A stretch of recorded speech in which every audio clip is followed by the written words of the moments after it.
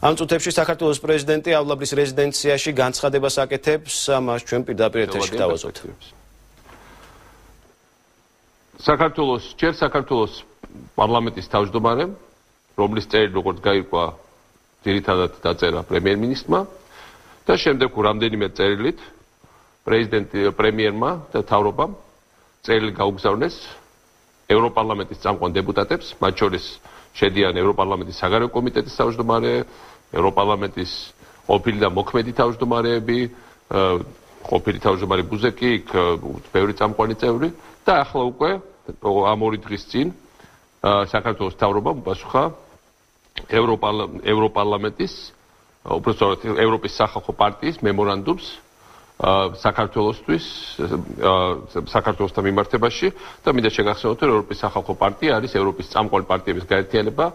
მაშინ შედიან კანცლერი მერკელის პარტია და კანცლერი მერკელი თვითონ, ევროკომისიის პრეზიდენტი, ევროპის სხვა ლიდერები, ძალიან ბევრი პრემიერ-მინისტრი, ძალიან ბევრი სახელმწიფოს ლიდერი ევროპის კონტინენტზე, ევროკავშირის ძირითადი ბირთვი.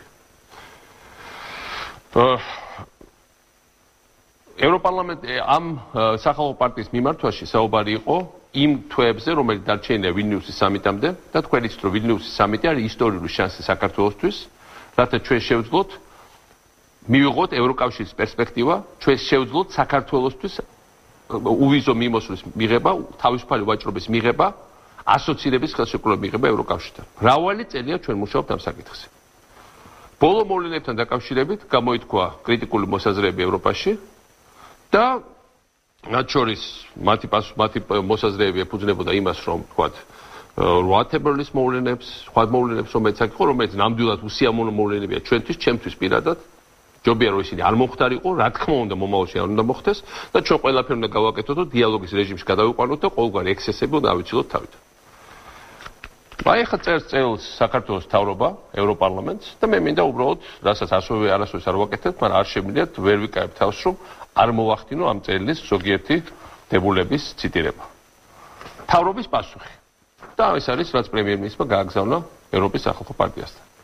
და მინდა ციტატად აკეთო. პარლამენტს არ აუგზავნოს პრეზიდენტისთვის პარლამენტში სიტყვის გამოსვლა. სიტყვის გამოსვლის თარიღი არც კი იყო შეთანხმებული.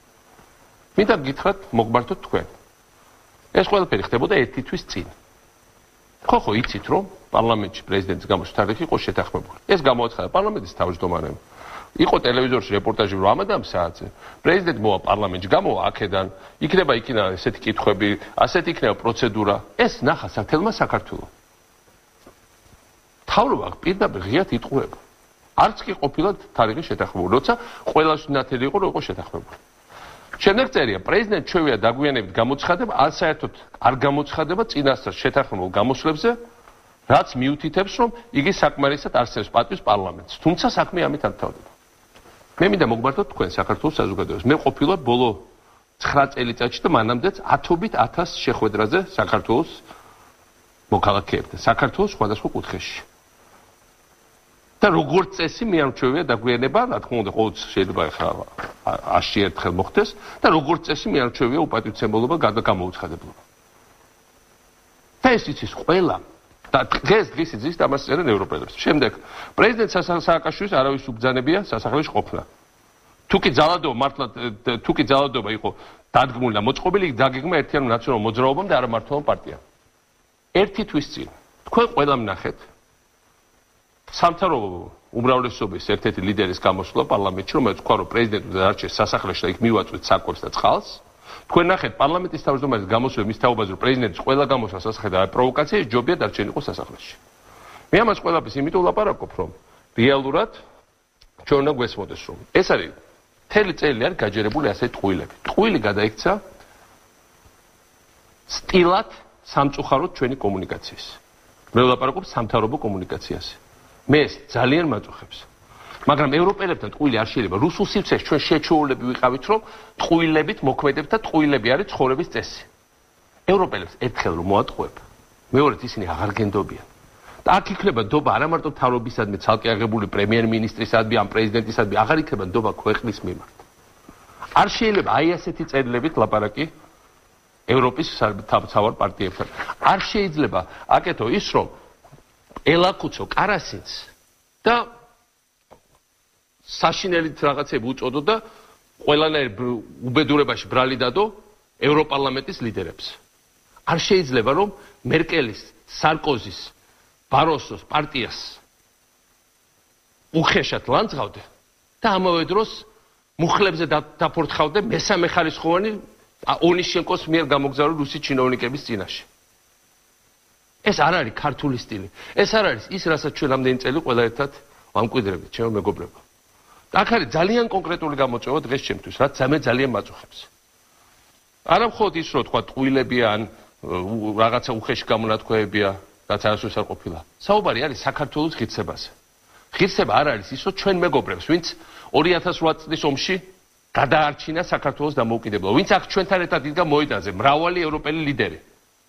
და მიუხედავად დიდი საფრთხეებისა და მათი პირადი უსაფრთხოების თვალსაზრისითაც გადაარჩინა ჩვენთან ერთად საქართველოს დამოუკიდებლობა. იმ ხალხს, რომელიც ყოველდღიურად გვეხმარება, იმ ხალხს, რომელზეც დგას დღეს საქართველოს სუვერენიტეტი მრავალი ასპექტით.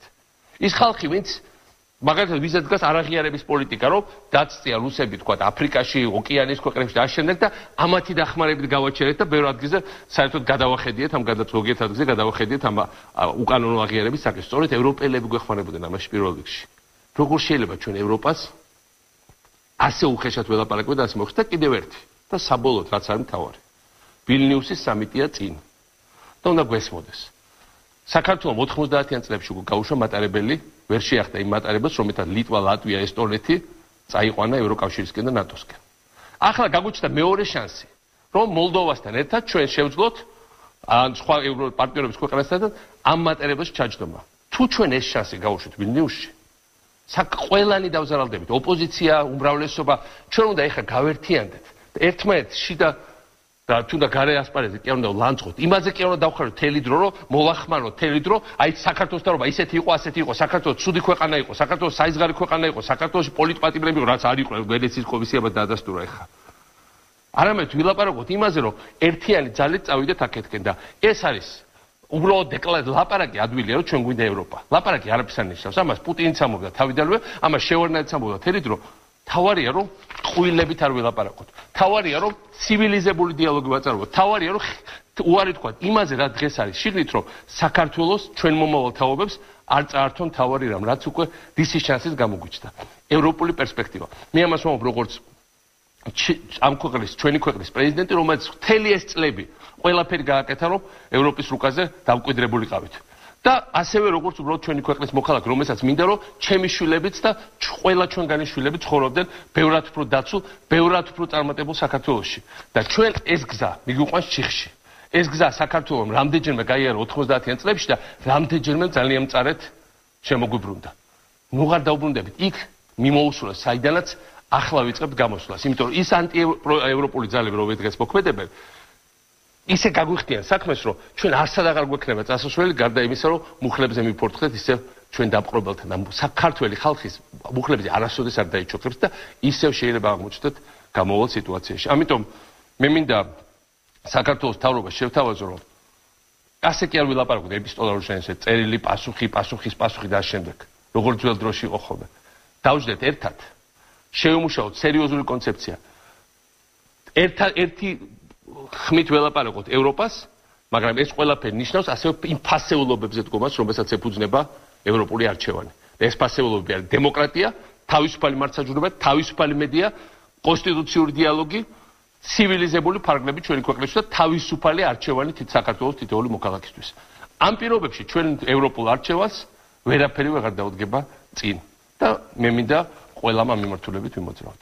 დიდი მადლობა. ეს იყო პირდაპირ ჩართვა საქართველოს პრეზიდენტის ავლაბრის რეზიდენციიდან მიხეილ სააკაშვილი ევროპის სახალხო პარტიის მემორანდუმზე საქართველოს მთავრობის პასუხს გამოეხმაურა. მიხეილ სააკაშვილის განცხადებით მთავრობის პასუხი მან უარყოფითად შეაფასა და საქართველოს მთავრობას ეპისტოლარული საუბრის ნაცვლად ურთიერთთანამშრომლობისკენ მოუწოდა და განვაგრძობთ გამოშვებას.